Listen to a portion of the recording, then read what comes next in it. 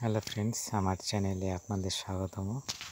তো আজকে ভিডিওতে শিখব কীভাবে মাইক্রোসফট এক্সেসে রিপোর্ট তৈরি করব এবং রিপোর্টের মাধ্যমে কীভাবে কোনো ডাটা প্রিন্ট আউট করব। তো ভিডিওটি বুঝতে হলে শুরু থেকে শেষ পর্যন্ত অবশ্যই দেখবেন, স্কিপ করবেন না। এবং বলি, যারা ভিডিওটিতে নতুন আছো এবং আমার চ্যানেলটিতে নতুন আছো তারা চ্যানেলটিকে অবশ্যই সাবস্ক্রাইব করবেন এবং ভিডিওটি ভালো লাগলে লাইক অবশ্যই করবেন। তো ফ্রেন্ডস, আমি ডাটাবেসে চলে এসেছি। এখানে অলরেডি একটি টেবিল রয়েছে। গত ভিডিওতে আমি দেখিয়েছিলাম ইন্টারেস্ট ক্যালকুলেশন মাধ্যমে কীভাবে ডাটা এন্ট্রি ফর্ম করতে পারেন। তো আমি এই টেবিলের মাধ্যমে দেখাবো প্রত্যেকটি ডাটা কীভাবে প্রিন্ট আউট করব, তার জন্য রিপোর্ট তৈরি করতে হবে। তো আমি এই রিপোর্ট ডিজাইনে ক্লিক করব।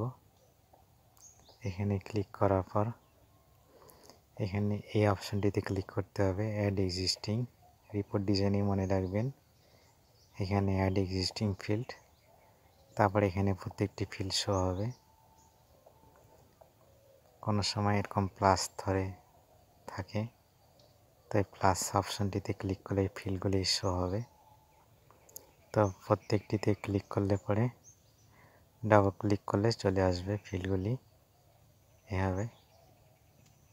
তো এই সব ফিল্ডগুলি একসঙ্গে সিলেক্ট করবো, এগুলির পজিশনে রাখি মাঝখানে। এবং ফিল্ডগুলি যদি বড় করতে চান, আপনাকে এখানে ফরম্যাট বলে ট্যাব আছে, এই অপশানে ক্লিক করতে হবে। এখান থেকে বোল্ড পজিশনটা মাঝখানে, অ্যালাইনমেন্ট, তারপর এখানে সাইজ কতটা লাগে, কালারও দিতে পারেন। এখান থেকে যে কালারটি আপনার পছন্দ চেঞ্জ হয়ে গেছে। এরপর উপরে যদি একটি হেডিং দিতে চান, একই রকম এই অপশানে ক্লিক, রিপোর্ট ডিজাইনে ক্লিক করতে হবে। এখান থেকে আপনাকে আনতে হবে লেবেল বক্স। লেবেল বক্স আনার পর এখানে ছাড়তে হবে এভাবে হেডিংয়ে, পেজ হেডার বলে অপশনটিতে। এখানে আপনি যে কোনো হেডিং নাম লিখতে পারেন। আমি ইন্টারেস্ট ক্যালকুলেশনই লিখছি।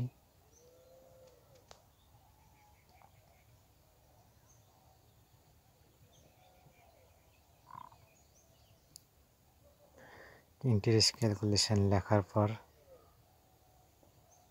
বাইরে ক্লিক করতে হবে, তারপরে আবার এখানে ক্লিক করবেন একই রকম ফরম্যাট ট্যাবে গিয়ে font size, alignment, font size কত লাগে, বোল্ড, ইটালি, যেটা খুশি, কালারও দিতে পারেন এখান থেকে।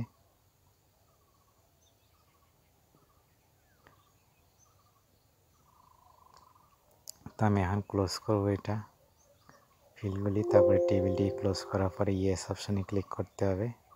এখানে নাম দিলে দেওয়া যায়, ওকে করলে রিপোর্ট 1 নামে সেভ হয়ে গেল। তো দেখুন শো হলো। এগুলিকে আপনি প্রত্যেকটা পেজে প্রিন্ট করতে পারেন। কিবোর্ড থেকে কন্ট্রোল পি অপশান ক্লিক করলে পরে এখানে আপনার কোন প্রিন্টার শো হবে। তারপর এখানে পেজ কয়টি লাগে পছন্দের মতন, প্রপার্টিসে গিয়ে এখানে পেজ সেট আপ, পেট্রয়েড না ল্যান্ডস্কেপ, তারপরে ওকে করলে পরে কিন্তু প্রিন্ট হবে। তবে এভাবে আমরা প্রিন্ট আউট করতে পারি এক্সেসে কোনো টেবিলের ডাটা থাকলে পরে। তো ভিডিওটি কেমন লাগলো অবশ্যই কমেন্টের মাধ্যমে জানাবেন এবং আমার চ্যানেলটিকে অবশ্যই সাবস্ক্রাইব করবেন।